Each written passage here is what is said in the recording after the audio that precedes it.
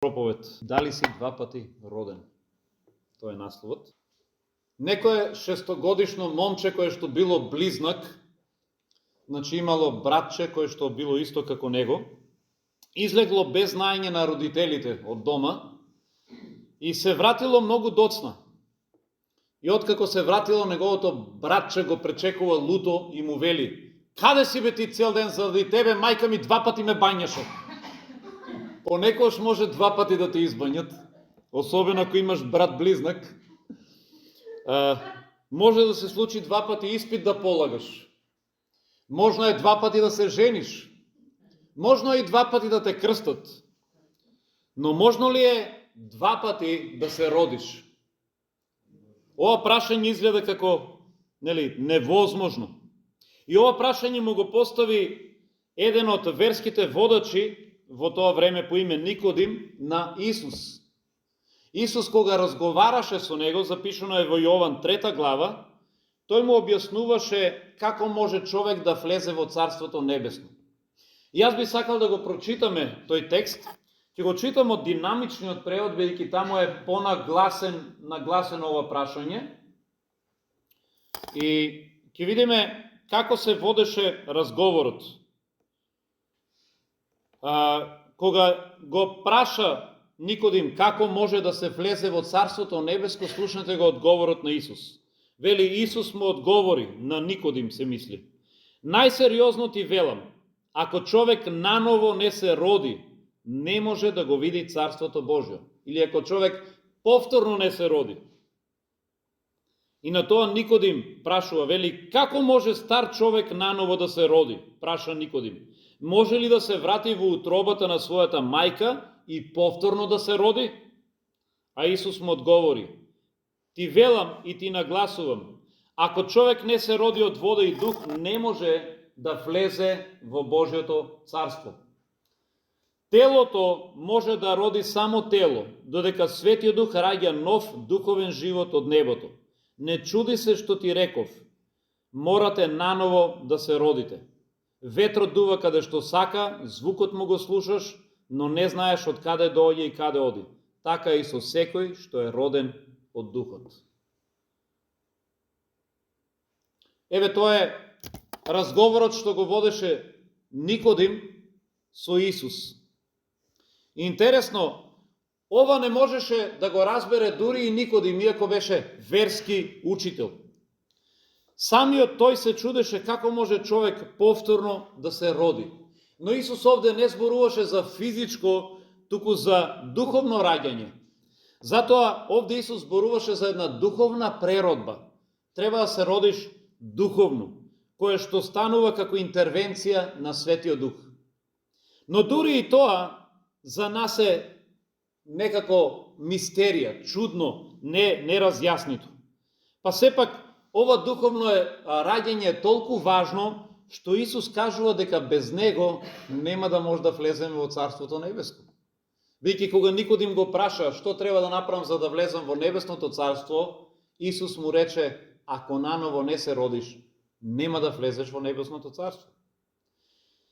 Ако е така, тогаш е важно да разбереме што духовното раѓање представува и што не, и како може да се наново родиме. Да видиме дали тоа духовно раѓање го имаме и ако не, како можам да го побарам. Ајде најнапред да видиме што духовното раѓање не е. Прво нешто што можеме да видиме од овој текст, иако можеби не директно, но меѓу редови, дека духовното раѓање не е религиозно образование. Една работа која што е толку очигледна во овој текст е тоа дека Никодим беше верски учител. Да се разбереме, тој беше образован човек. И можеби во тоа време тоа беше единственото училиште кое што го имаше, во кое што некој може да се образува. И тој не беше обичено образован, беше теолошки образован човек. Тој ги познаваше писмата. Дури Исус го укори за тоа нешто. Тој рече: "Ти си учител на Израелот." Ти ги познаваш писната, толку ли тоа не го знаеш? Никодим беше религиозно образован човек. Беше образован, па сепак не беше наново роден. Така да духовното наново раѓање не се случува ако вие се образовате. Па дури ако теолошки сте образовани, не е гаранција дека сте наново роден. Можно е човек да има теолошко образование, можно е човек многу да знае за религијата, да знае за Библијата, за Исус, може да е прочитал целата Библија и пак да не е наново роден. Да се разбереме, нема ништо погрешно во тоа човек да биде образован. Нема ништо во тоа човек да има и докторат по науки или да има теолошко образование, но Библијата е многу јасна дека таа на човекот не може да му даде ново срце. Не може да му даде на човекот нова природа. Има еден пример од Канада, каде што некое момче било фатено во крадење јаглен. Момчето било сиромашно, бедно, необразовано, живеело на улица и било изведено пред суд. За време на судскиот процес судијата заклучил дека сушност ова е пропуст на образовните институции. И тој изјавил, ако ова момче би било образовано, веројатно не би го правило ова нешто.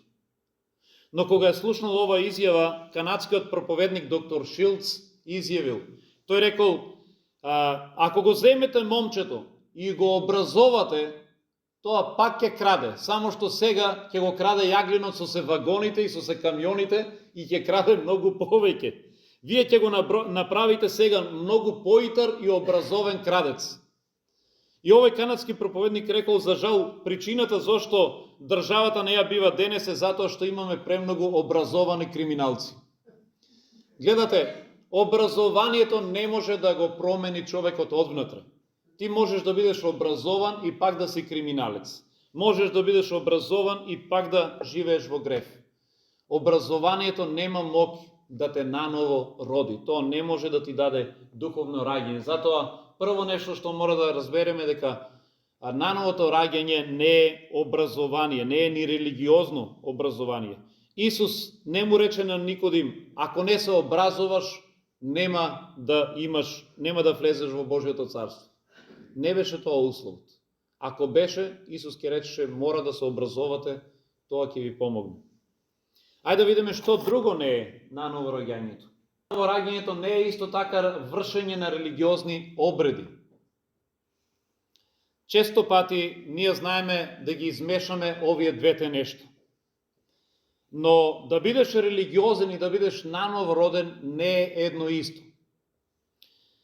Ќе сретнете многу луѓе кои што се религиозни, кои што прават религиозни обреди, дури се фанатично религиозни, па сепак се непроменети.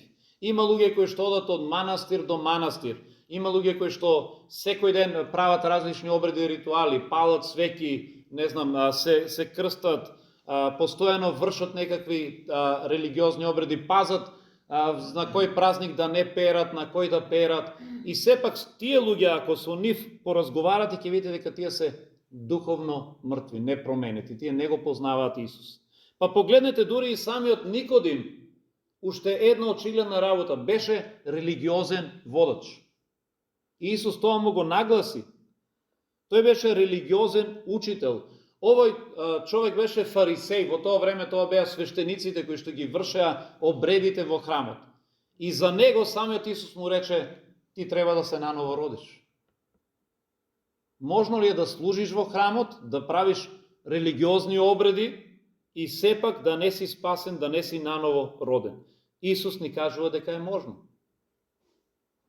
И тука сакам да го споделам овој пример кој што, еве го ставив како слика, малку е сликата матна, но зборува за некој трговец кој што се враќал од градот со својата кочија и по патот бил пречекан од некој, да го наречеме арамија. Тој го нападнал, го изнавреѓал, го отепал човекот и го ограбил, му зел се што имало во кочијата. Но сепак за кратко време бил фатен од полицијата и изведен пред суд. И судијата едно по едно го прашува, вели, Признаваш ли дека ти го нападна човекот? Вели, да, го нападнав, признавам. Признаваш ли дека го уби? Да, го убив. Па вика судијата, гледам тука на список дека си ги зел од него сите пари, си го ограбил. Да, ги зедов. Дури си го соблекол, си му зел и облеката. Да, реков, вели, му зедов. И судијата зачуден вели, но тука во извештајот пишува дека овој човек имал и печена кокошка, а ти неа не си ја зел. Вели, малку ми е чудно, кога веќе се си му зел, зошто не си ја зел и оваа печена кокошка? Судијата бил изненаден. На тоа нешто човекот му одговорил, господине судија, знаете дека сега е време на големи пости, а јас сум верник и не сакав да се огрешам, и затоа реши да го оставам пилето кокошката и да не ја изедам. Не сакав да сгрешам пред Господа.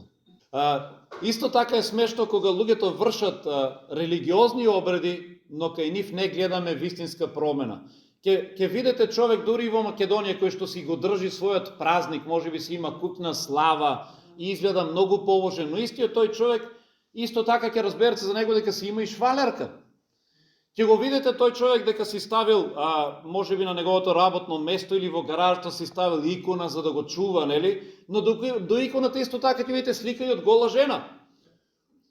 Разголени жени. Ќе го видите тој човек, нели, си има крстче во колата за да можеби за да го чува или како знак дека е побожен, но до крстчето исто така ќе видите урочливо око или нешто друго. Истиот тој човек ќе го слушнете како вика фала Богу, а веќе следната секунда, и за жал имам и такви пријатели, ќе го слушнете како пцуе и вреѓе на се живо, и мајка и шајка за се.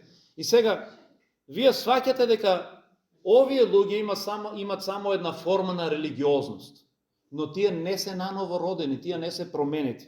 Затоа велам, можно е човек да биде религиозен, а да не биде духовно препороден. Никодим беше еден таков директен пример за ова нешто. Дури е можно човек и да биде член во црква. Можно е да си член на одредена црква, па дури во евангелска црква, а сепак да не си наново роден. Овој термин, сушност, наново раѓање, или наново роден христијанин, на англиски born again, Christian така го нарекуваат, посебно стана популарен во Америка со една причина, да ја нагласи разликата помеѓу христијаните по име и оние кои што се препородени од Духот Свети, кои што се вистински. Затоа што денеска, па дури во Македонија, ако прашаш дали си христијанин, секој ќе ти каже да, секој е христијанин. Но во Америка тогаш те прашуваат, а дали си наново роден христијанин? Тука е разликата. Are you newborn Christian? Тоа е веќе поразлично. И денес како те прашаат дали си христијанин, секој ќе каже да. Но дали си наново роден, тоа е важното. Затоа Исус овде му нагласи на Никодим, ако не се наново родиш, џабе ти е што служиш во храмот, џабе ти е што си религиозен, џабе ти е што си образован теолошки, ако не си наново роден, ти не можеш да влезеш во Царството Божие. Не е важно само да се нарекуваш христијанин, важно е да си наново роден христијанин. Што значи наново роден? Препороден од Духот Свети. И ќе видиме на крај како тоа се случува. Но всушност фразата наново раѓање значи препородба преку Светиот Дух кој што доаѓа во тебе и врши една духовна трансформација. И кога зборуваме за ова нешто, ирскиот проповедник Джеймс Армстронг, тој го споредува духовното наново раѓање со раѓањето на едно бебе. И тој прави паралела помеѓу едното и другото, бидејќи, гледате, не случајно Исус го користи овој термин, треба да се родиш повторно. Тој го употребил глаголот раѓање. И ќе видиме дека раѓањето, па дури духовното раѓање има сличности со раѓањето на едно бебе. Денеска ќе погледнеме 4 такви сличности. Прво, наново роденото бебе има видливи знаци на живот. Кога едно бебе ќе се роди, тоа веднаш почнува да плаче, вика, сите знаат дека има бебе дома, не можеше да не забележиш. Кога едно бебе ќе се роди, тоа е живо, сите се околу него обкружени, тој има своји потреби, но знаеме дека има живо бебе. И така и со духовното наново раѓање. Ако читаме во Ефесијаните, 2 глава, таму вели, иако бевме мртви поради нашите греови, Бог не оживеа во Исус Христос.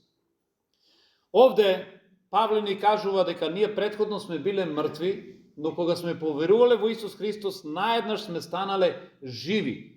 Не дека физички сме биле мртви, но тој повторно зборува за духовното оживување. Наеднаш во нас се случил еден духовен живот, едно духовно раѓање. И тој вели, во Христос тој ве оживеа, станавте живи. Затоа духовното раѓање е слично со раѓањето на едно бебе. Има видливи знаци на живот. Ако си духовно наново роден, наеднаш кај тебе се случува промена. Одеднаш светот го гледаш со едни други очи, добиваш волја за живот, дури живот за тебе добива смисла. Луѓето забележуваат дека ти си поинаков. Ако претходно си бил можеби депресивен, тивок, затворен, сега луѓето забележуваат кај тебе една чудна радост и велат, абе ти нешто си ми жив, поразличен, со тебе се случува нешто, реагираш. Ако претходно си бил тивок, сега сакаш на сите да им кажеш за Исус. И тоа е промената, тоа е разликата. Знаете, духовното раѓање како еден музички систем кој што стои кај вас дома, но не е приклучен на струја. Може да е најгласниот музички систем или озвучување, што и да е, но додека не го приклучите со извор на енергија, тој е мртов. Но што се случува кога тој музички систем ќе го вклучите во струја? Наеднаш оживува, наеднаш гласно слушате музика, ечи, па дури ако од оние фенси звучниците гледате и дури светлат некакви ламбички светат, кружат околу него, така да одеднаш оживува тој мртов музички систем. Ако станува збор за една кола, таа колку и да е убава и да го имате и Ферарито, најнов модел, ако нема во него гориво, ако нема бензин, тоа е само мртов автомобил. Но замислете, го наполнувате со бензин и го свртувате в клучот. Наеднаш автомобилот оживува. Тој наеднаш има енергија. Или како едно растение кое што ќе го посадите во земја. Тоа наеднаш почнува да цвета, се појавуваат зелени лисја, се појавуваат можеби китки или што и да е, можеби плодови. И тоа е разликата помеѓу некој што е бил претходно духовно мртов и сега оживеал во Исус Христос. Наново роденото бебе дава видливи знаци на живот, така и со духовно оживеаниот човек. И вие ќе го препознаете тој човек кој што доживеал духовна преродба. Тој човек е исполнет со радост, со мир, весел, сака да зборува на луѓето за Господ, сосема поинаков од она што е бил претходно. Второ нешто за кое што е слично за духовното раѓање со физичкото е наново роденото бебе нема минато. Многу луѓе би сакале да можат да избришат дел од нивното минато. Луѓе кои што живееле криминален живот, можеби неморален живот. Луѓе кои што направиле големи и сериозни грешки. Запознав еден пријател кој што за жал извршил убиство, си е убил својата жена и тој го исповеда тоа пред мене. И сега, да може тој човек да се врати во минатото, да го избрише тоа, би било наједноставно. За жал не можеме. Пред овој свет не можеме да ги избришеме грешките што сме ги направиле во минатото. Но Библијата ни кажува дека кога ќе дојдеме пред Него и кога ќе побараме Светиот Дух да дојде во нас и да не промени, тогаш се случува токму такво бришење на минатото. Тој го брише од нашите срца и го брише во неговата меморија. И затоа ова е слично со раѓањето на едно бебе. Едно бебе нема минато. Кога тоа се раѓа, ние не можеме да го прашаме, нели, слушајте, што беше во минатото, што работеше порано, нели, добро, кажи ни сега, твоето резиме да ни го кажеш, што имаш завршено образование. Нема бебето минато, тоа започнува нов почеток, од нула. Тоа е бела страница. И затоа кога ние се наново раѓаме, ние започнуваме нов почеток, од нула. Бог ги брише сите наши гревови и тој не гледа како едно ново создание, како еден нов човек.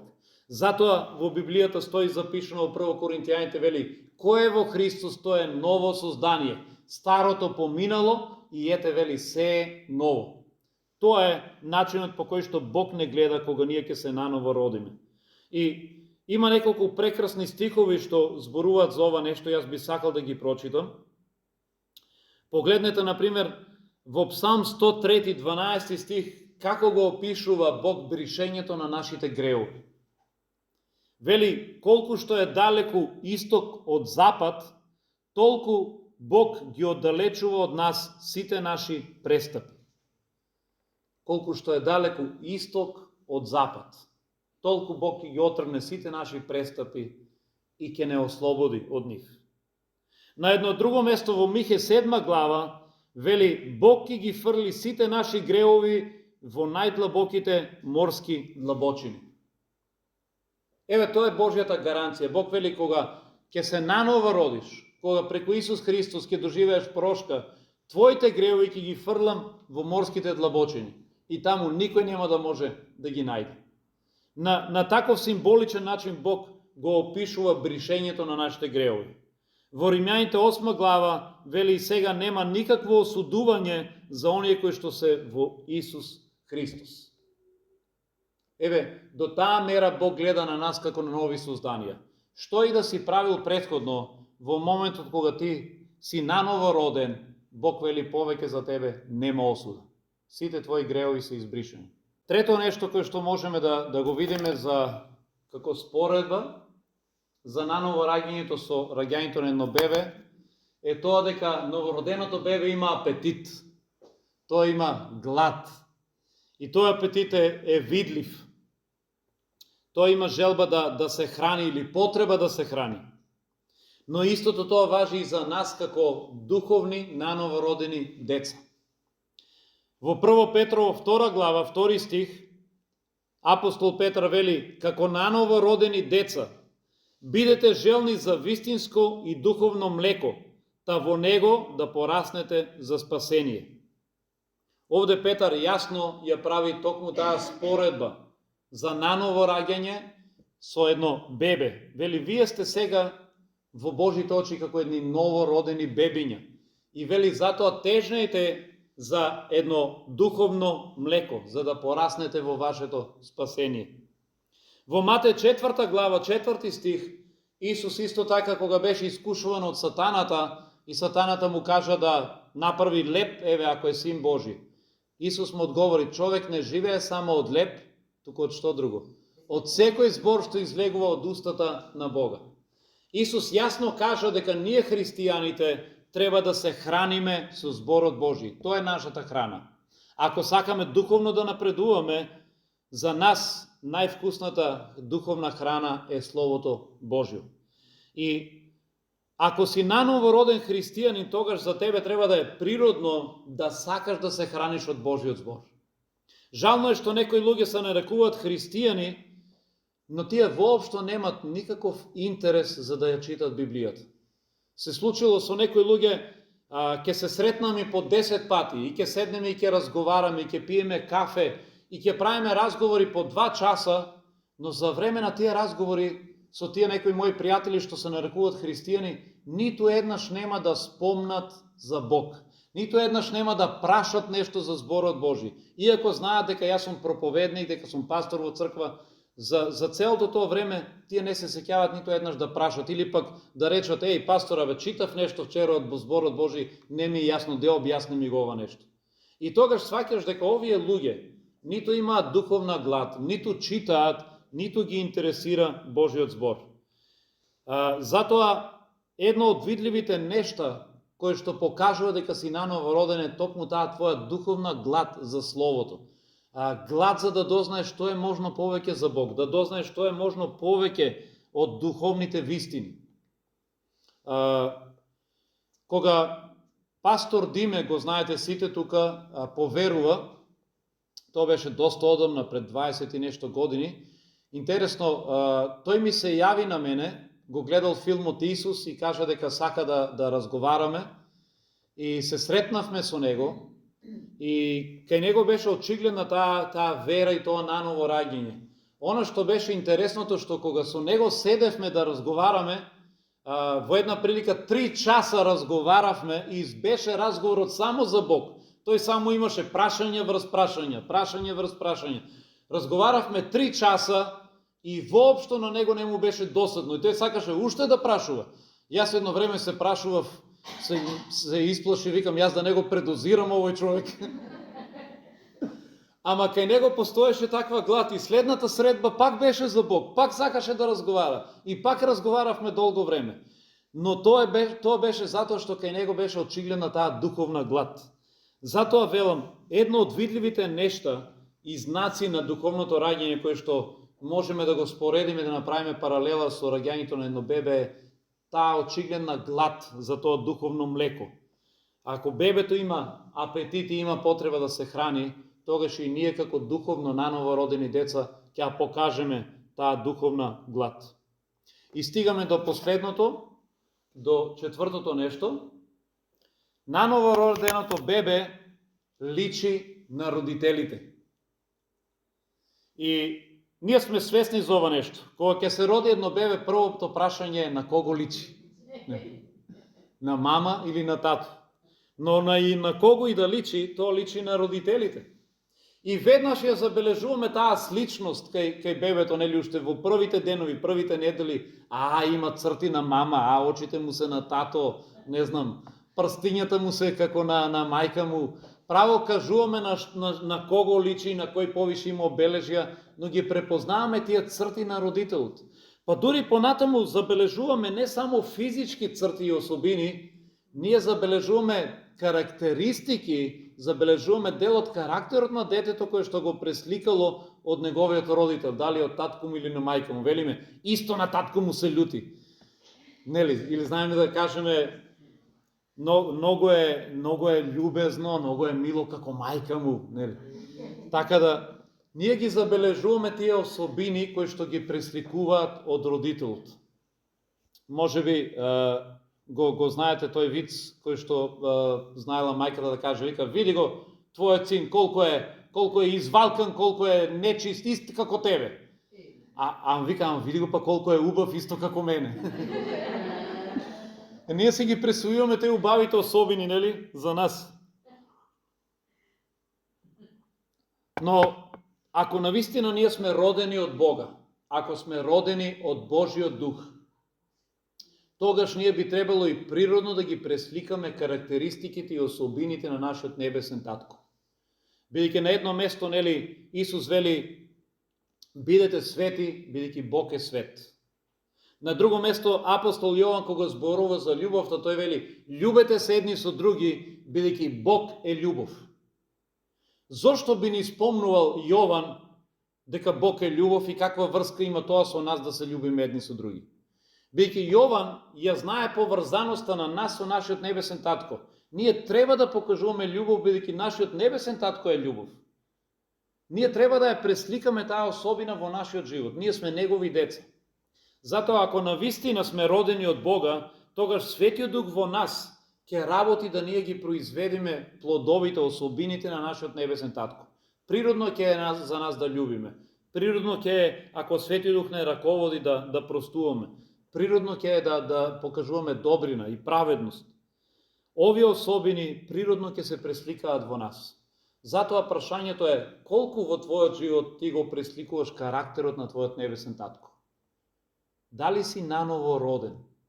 Дали покажуваш со твојот живот дека си наново роден? Дали покажуваш духовна глад за Словото? Дали уживаш кога слушаш и читаш од Божиот збор? Или тоа тебе ти е досадно? Овие се некои од нештата кои што покажуваат дали си или не си наново роден.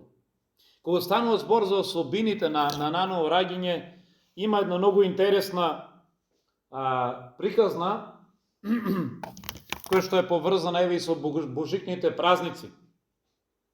Се зборува дека за време на божикните празници, покрај излогот со убави алишта, покрај некој бутик, стоело некое момче кое што било сиромашно. Неговите алишта биле стари, извалкани и скинати. Такви били и неговите чевли. И момчето стоело покрај излогот и се воодушевувало на овие нови алишта, но тоа немало пари за да си ги купи. И токму во тој момент поминувала некоја жена христијанка. Таа го забележала момчето и го забележало копнежо во неговите очи дека посакува да си има ваква убава нова облека. И таа му пришла и рекла: ајде дојди со мене. Го фатила за рака, го внела внатре во бутикот и со нејзини пари му ја купила најубавата облека. Го облекла со убави алишта, панталони, блуза, палто, па дури и чевли му купила. И на излегување, момчето се уште во шок од оваа добрина се свртило и рекло: Господјо, вие да не сте Бог? И жената рекла: не сум Бог, јас сум само едно од неговите деца. И момчето се замислило и рекло: знаев дека сте вие во некакво сродство. Ова нешто, колку и да изгледа простичко, ја покажува токму таа духовна вистина. Ако ние сме во сродство со Бог, ако ние сме негови деца, тогаш тоа ќе се одрази на нашиот карактер. Оваа жена таа рекла: ја не сум Бог, јас сум само едно од неговите деца. Но момчето правилно заклучило, значи вие сепак сте во некакво сродство, бидејќи не може човек да ги прави тие дела, а да не е поврзан со Бог. Ако ти си поврзан со твојот небесен татко, тогаш ќе е природно, логично ти да се однесуваш на таков начин. Природно од тебе да извира добрината, љубовта, простувањето. И затоа ова е уште еден знак дали си наново роден или не. И стигаме до прашањето, до главното прашање. Главното прашање е: добро, а како се случува наново раѓањето? Како може да се наново родам? Во разговорот што Исус го водеше со Никодим, тој му покажа дека од една страна ова е мистерија. И Никодим го постави тоа прашање. Исус му рече: ветрот дува, но не знаеш ни од каде доаѓа, ни каде оди. Така и со оние кои што се раѓаат со Свети Дух. Со други зборови, ти не можеш ова да го научно да го објасниш. Не можеш да објасниш добро од каде Свети Дух доаѓа, од каде влегува, како се случува оваа промена. Тоа е исто како со ветрот. Слушаш нешто, дува, ама од кај иде, каде оди, што прави, тешко е да се објасни. Наново раѓањето за нас е една духовна мистерија. Тоа го прави Свети Дух, тоа ја прави таа трансформација во нас. Но има и наш дел. Нашиот дел е, ние треба да ја отвориме вратата. Тој чука на вратата на нашето срце, тој чука на твојата врата, но ти треба да му отвориш за тој да влезе и да направи промена во твоето срце, за да влезе преку неговиот Дух Свети и да те наново роди.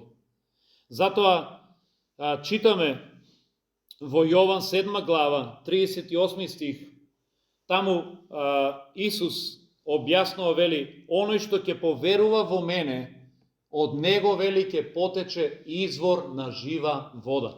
И тој зборуваше за Светиот Дух. Тој повторно употребуваше символичен речник, но метафора, но Исус всушност ни кажа тука еден услов: оној што ќе поверува во мене. Кога вие ќе поверувате во Исус, тогаш Свети Дух ќе дојде во вас и, вели Исус, и тогаш од него ќе потече жива вода. Тој ќе стане извор на жива вода, затоа што во него Свети Дух ќе се всели. Тогаш се случува наново раѓањето. Кога ти ќе поверуваш во Исус Христос, тогаш Духот Свети ќе те наново роди. Тоа е твојот дел, тоа е она што треба ти да го направиш. Јас верувам дека повеќето од нас веќе сме ја донеле таа одлука, веќе сме одлучиле да му веруваме на Исус, сме поверувале во него и Свети Дух те наново родил. Но ако има некој кој што се уште не ја донел таква одлука, се уште не поверувал во Исус, или можеби се уште не си сигурен дека кај тебе ги има симптомите, елементите на наново раѓање, тогаш оваа проповед има за цел да те потикне да се преиспиташ, да размислиш каде стоам јас по ова прашање, дали сум наново роден. И Бог сака и кај тебе да се случи тоа наново раѓање. Бог сака и во твоето срце да се случи оваа трансформација. И таа порака да ја отвориш вратата на Христос. Исус чука на твоето срце и тој сака и ти да ја отвориш вратата од срцето твое и ти да се наново родиш. Нека Бог ти помогне во таа одлука, за да можеш да го доживееш наново раѓањето во твојот живот и да можеш и ти да кажеш јас сум во сродство со мојот небесен татко. Да можеш да ги покажеш плотовите на Светиот Дух во тебе. Амин.